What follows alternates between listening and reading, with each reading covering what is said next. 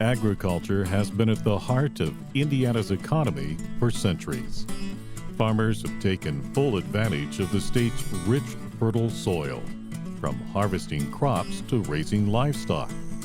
But now, there's a new type of farming that's gaining popularity in Indiana, and instead of using land, it utilizes water.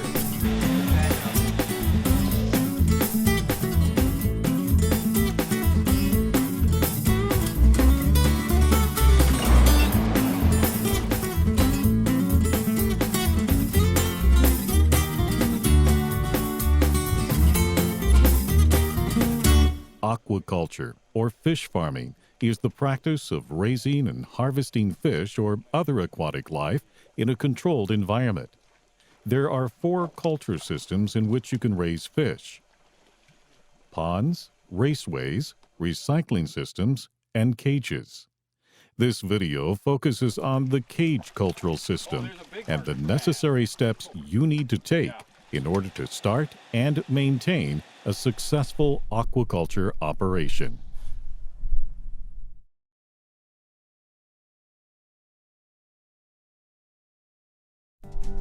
Before investing any capital into a new business venture, it's always best to examine the economics of the industry. Doing thorough market research and developing a marketing and business plan will help put you on a path of profitability. You need to identify the type of markets that are available to you, who the major players are, and the strength of the competition. There are several factors that determine which market will be best for your product, from the size of your operation to the method of distribution, live, frozen, or processed, to the transportation of the fish. The markets are scalable from home consumption to retail sales to wholesale. For smaller cage operations, selling direct to the consumer will usually be the most profitable. I worked at a power plant and I just started telling people I had fresh fish, and word of mouth, I could sell everything I processed every year. Farmers markets are a great place to sell local fresh fish to the community. Another potential market is in selling directly to local restaurants, grocery stores, and caterers. Live fish retailers, such as Asian grocery stores, is another market that has a steady demand for live fish. In order to be successful with this market, it's necessary that you cultivate good relationships with the various retailers and area restaurant owners. Depending on the size of your cage operation, selling to wholesalers and processing plants is a possibility. While the profit will be less than selling directly to the consumer, the time and effort required in selling the fish is much lower. Although the initial capital investment is fairly low compared to other agribusinesses, you still need to educate yourself on the potential markets if you want to have a financially successful cage culture operation. Indiana Market Maker is a comprehensive online resource that provides a link between producers of agricultural products and consumers. Talking to a practicing aquaculture farmer in your area would be a worthwhile educational experience. The Purdue Aquaculture Economics and Resources website is also a valuable resource that you should take full advantage of.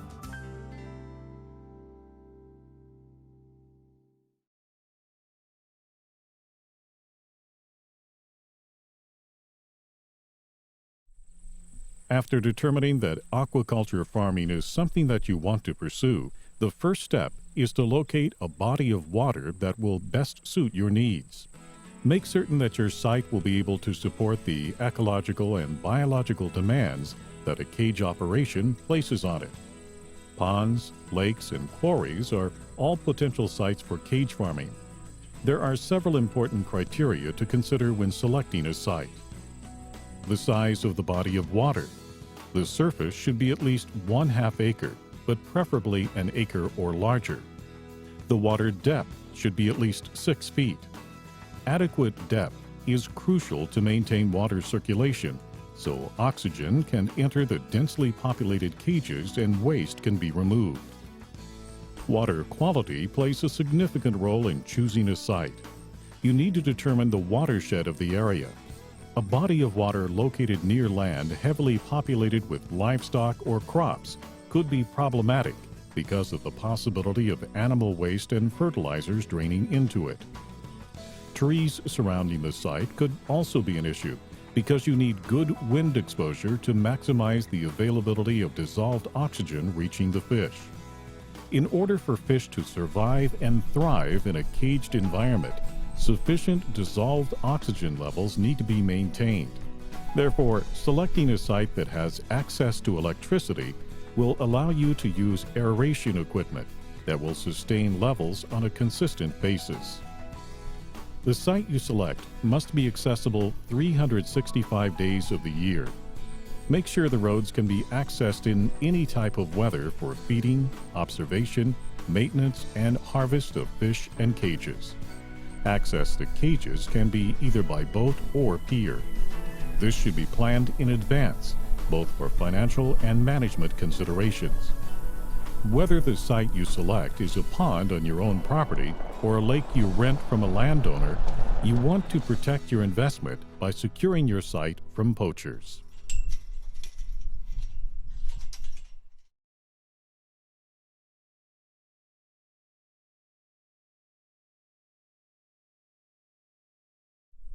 You've researched the markets and found a suitable body of water to start your cage operation.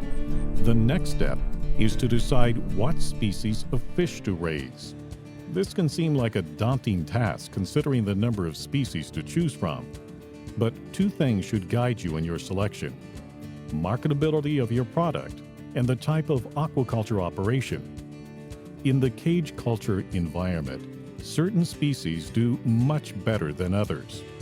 In Indiana, tilapia is a popular fish for cage farming because of its large size, rapid growth, and hardiness. If you're going to start raising fish in cages, I really recommend using tilapia first. Tilapia are so easy and they grow so quick. Other species that do well in cages are hybrid striped bass, rainbow trout, and catfish. Also, largemouth bass has shown promise in the cage environment. You need to factor the length and time of the year for the growing season of each species because they vary. For instance, tilapia and rainbow trout each have a 6-month growing season until they're ready for the market, while the largemouth bass and hybrid striped bass take 18 months to raise. Since tilapia is a tropical fish, it doesn't do well in the cold, so they need to be harvested before the water temperature drops below 60 degrees. Obviously, they won't survive an Indiana winter. Conversely, rainbow trout are cold water fish and cannot handle temperatures above 65 degrees and so will not grow through an Indiana summer. Each species of fish is going to have their own set of guidelines for growing and harvesting. For additional guidance, you can go to the website indianafishfarming.com and/or contact Purdue Extension.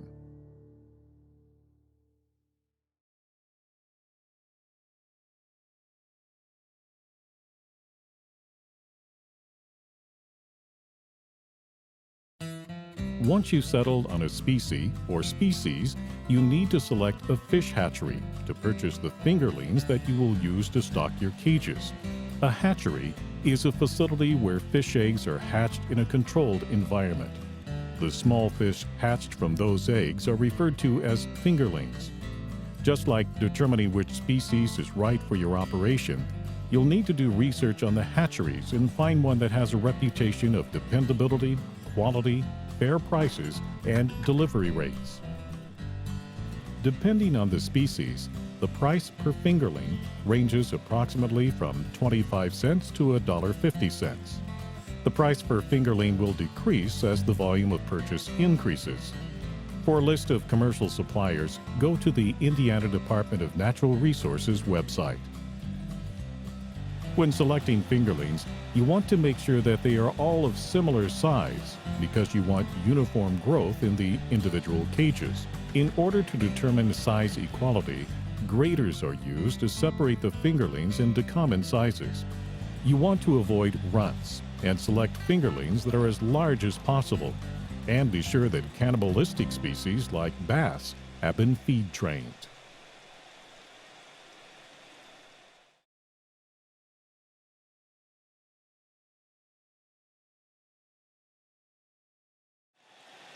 One of the main factors that will determine the number of fingerlings purchased will be the cage size. You want 5 to 7 fingerlings per cage cubic foot. For example, if your cage is 4 foot wide, 4 feet in length, and has a depth of 4, you have 64 cubic feet of space in your cage. Therefore, you could stock your cage with 320 to 448 fingerlings. For a beginning fish farmer, it is recommended that you start at the lower end of the stocking density range. Cages come in all sizes depending on the size of the fish, but the minimum depth of all cages should be 4 feet. Despite the variety of cage shapes, the material used in the construction is fairly consistent.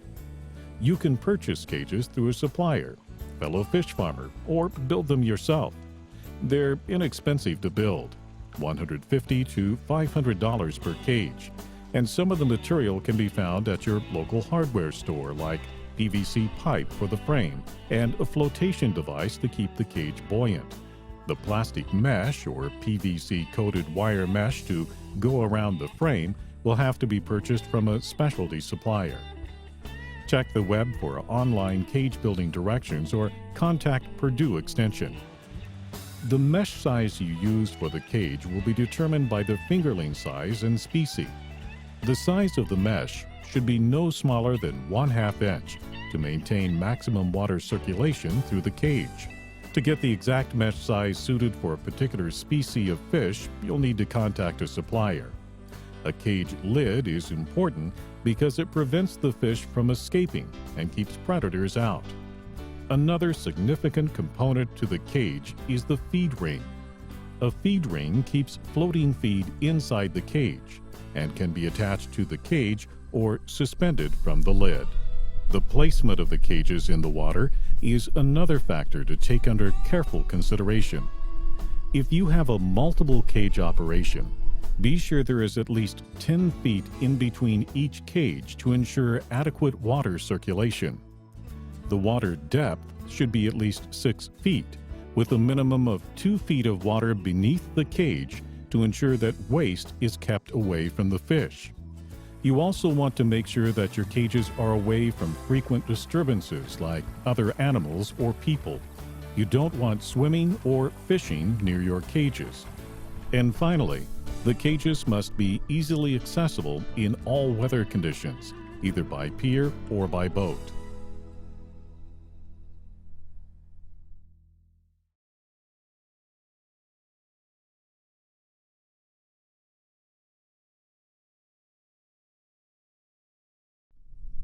Water quality management is critical to a successful aquaculture operation. In the densely populated cage cultural environment, supplying enough dissolved oxygen to the fish can be difficult if a farmer relied solely on nature. Some of the natural factors that affect dissolved oxygen levels are water temperature, wind, the salinity of the water, and plant photosynthesis. There is a mechanical process that allows you to manipulate the dissolved oxygen concentration levels called aeration. Similar to pumps used in aquariums, an aerator pumps air through the cages, oxidizing the water in the process. While the aeration will increase the startup cost of production, it is well worth the investment to reduce risk. In cage operations, low dissolved oxygen levels in ponds and lakes is the #1 cause of most fish kills, poor growth, and disease outbreak. And you do need to aerate. You know, a lot of people don't think you need aeration if you got bigger bodies of water, but you need water moving through your cages. And sometimes on hot summer days, you know, you don't get a whole lot of wind to get movement. So I really think persons need aerators, especially if you're in the cage culture business. The dissolved oxygen level of the water needs to be carefully monitored, as does the water temperature. Fish growth, reproduction, and sometimes survival are all tied to water temperature. Every species of fish will have an optimal water temperature range for growth. Dropping below that recommended temperature range jeopardizes the survival of the fish. Another issue you need to be aware of is pond turnover.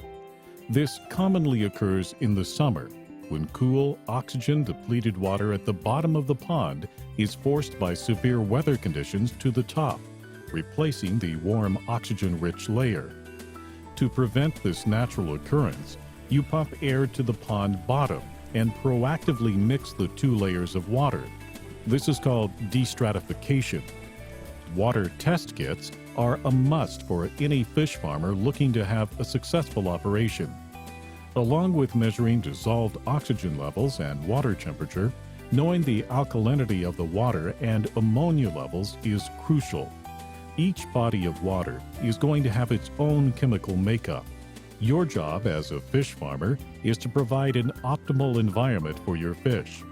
In order to do that, you need to ensure and maintain the water quality.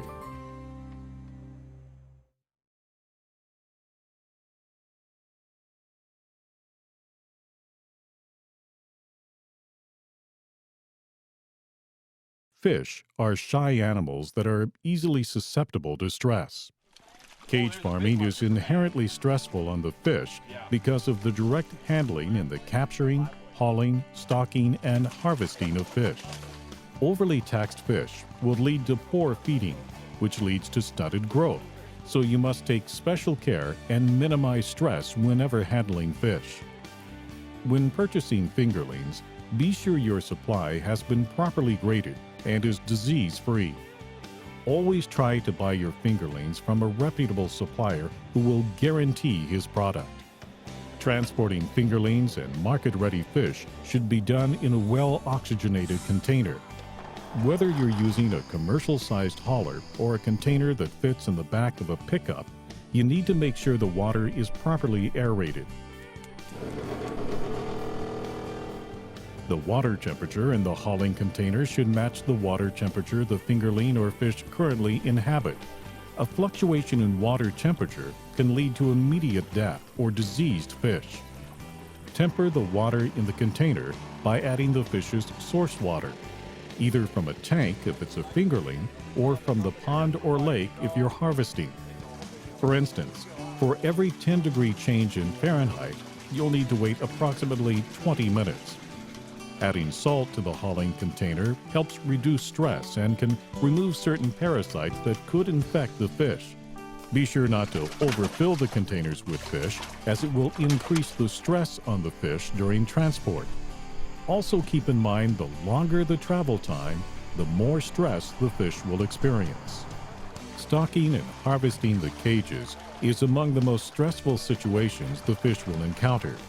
A well-thought-out plan on how you'll transport the fingerling from the hauler to the cage or move market-ready fish from the cage to the hauler is of utmost importance. Minimizing the number of steps and duration of the process will reduce handling stress. After stocking cages with fingerlings, don't be surprised if the feeding response is less than expected. The fish need to recover from the haul and adjust to the cage environment. Be judicious with the feed for the first couple of days. You do not want to overfeed.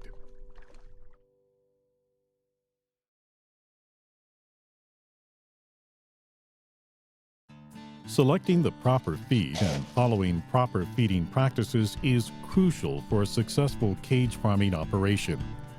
It's unlikely that fish will receive any natural food in the caged environment, so it's the farmer's responsibility to feed the fish on a regular basis. There are several types of feed on the market, and the species of fish will determine the one you select. Store the feed in a dry and cool place, and always be sure the feed is fresh and not moldy. Whichever brand of feed you purchase, it must provide a complete diet. The feed also must be of the floating variety. Sinking feed will fall through the cage and not be eaten, while the floating feed will remain trapped within the feed ring and allow the farmer to observe the fish. Watching feeding behavior is the best indicator of the fish's overall health. You just have to keep an eye on them and see if they're acting right and eating. You know, any kind of livestock, if they're not eating, there's something wrong. Feeding method will be determined by cage location. Hand feeding is preferred to allow for the opportunity to observe feeding behavior. If a cage is located near a pier, then an auto or demand feeder can be used to feed the fish at regular intervals. Be sure to properly maintain the feeder and that it's functioning correctly. And even though the feeding process is automated, you still want to observe feeding behavior daily. The fish should be fed daily at least 6 days a week. Feeding behavior will be more aggressive when water temperature is at optimal level and oxygen levels are high. Between mid-morning and late afternoon is usually the best time to feed. Newly stocked fish will sometimes take a little longer to feed as they adjust to the new environment. Research feeding habits on the species you're growing and get a better understanding of what to expect. Feeding the correct amount to the fish is vital to fish health and your bottom line. 40 to 50% of your production cost is feed. Overfeeding the fish will not only deteriorate water quality and lead to stress and possibly diseased fish, but it will also increase the amount of feed that you'll need to purchase. Underfeeding will result in poor growth and a disappointing harvest. You'll want to feed the fish until they're satiated. Feed them all they want to eat within a 10 to 30-minute time span. For a new fish farmer with little experience, the best method to determine proper feed amounts is by calculating weekly weights of the fish and adjusting feed amounts accordingly. By dividing the total weight by the number of fingerlings at stocking, you can determine individual weight. By checking with a table that pertains to your species, you can figure the proper feed amount for an individual fish. From there, you multiply the amount of total fish weight to obtain a feed quantity estimate. Every week, you pull a sample from the cage, weigh them, divide to find the individual weight, check the table, and multiply for proper feed amount for the entire cage. Always keep accurate records of the amount of feed being used. Proper feed amounts play a vital role in the health of your fish, as does constant observation of the feeding response. Observation is crucial in anticipating and avoiding problems. A change of behavior during feeding is an indicator that you may have a health issue that needs immediate attention.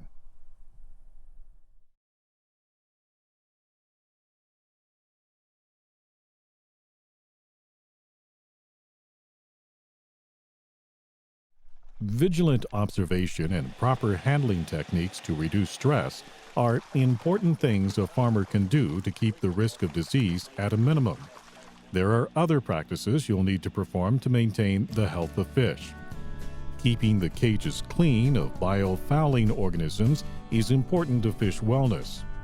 Biofouling is the growth of algae and/or bryozoans on the sides and bottom of the cages. It's a common problem that can restrict water flow in the cages and reduce dissolved oxygen levels. You'll need to periodically check the cages and, if detected, remove the biofouling with a stiff brush or broom. Do not lift the cage out of the water, and to avoid causing any stress to the fish, remove the biofouling using slow movements. Not only do you want to keep the cages free from harmful bacteria, but you want to make sure you keep the equipment clean as well.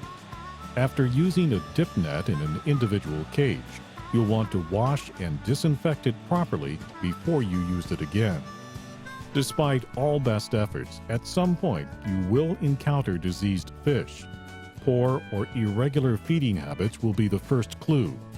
The outward manifestation of disease include skin discoloration, open wounds or lesions, fin erosions, spots, and general erratic behavior. Fish will begin to die off, and you'll need to act quickly and get a diagnosis from an accredited diagnostic lab. A fish specimen and water sample will need to be sent to a lab. State conservation fisheries, extension aquaculture programs, and possibly local universities can provide this service. In Indiana, Purdue University's Animal Disease Diagnostic Lab is the place to send your specimens. Once the diagnosis has been made, the lab will recommend the best course of treatment. This may require a consultation with a veterinarian. You may have to switch your feed supply from normal to a medicated feed to combat an infection. Chemically treating the entire pond or in and around the cage area is another option. During any treatment, always be sure to monitor dissolved oxygen levels and supplement with aeration when needed.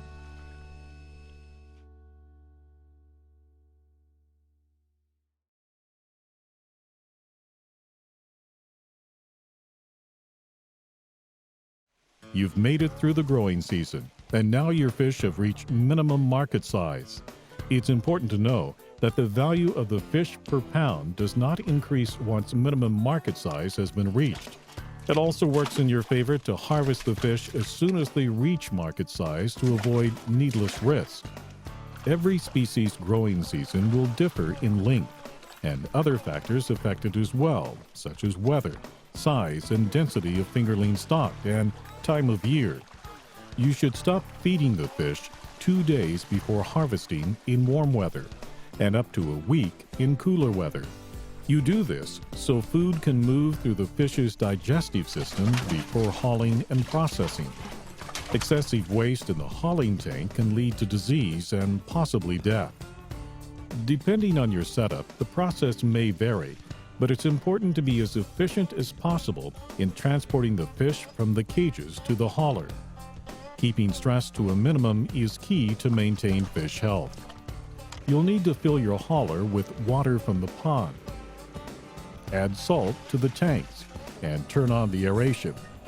Now that the hauler is ready, bring the cage to shallower water. This crowds the fish into a restricted area and allows for easier access. Scoop the fish with a clean dip net into a bucket and transport the fish to the hauler. Repeat the process, filling each tank with an equal number of fish. Now the fish are ready to take to the market or processing facility. Cage culture is a popular form of aquaculture that has many advantages that include resource flexibility, low cost, and simplified harvesting. However, it is not without its risks. Cages is an easy way to start, but still, it's farming. There's a lot of things that can happen. Educating yourself to the proper practices is vital to successful operation. While this video provided a comprehensive introduction into cage culture, it's recommended that you continue your education by seeking out existing literature and advice from Purdue Extension.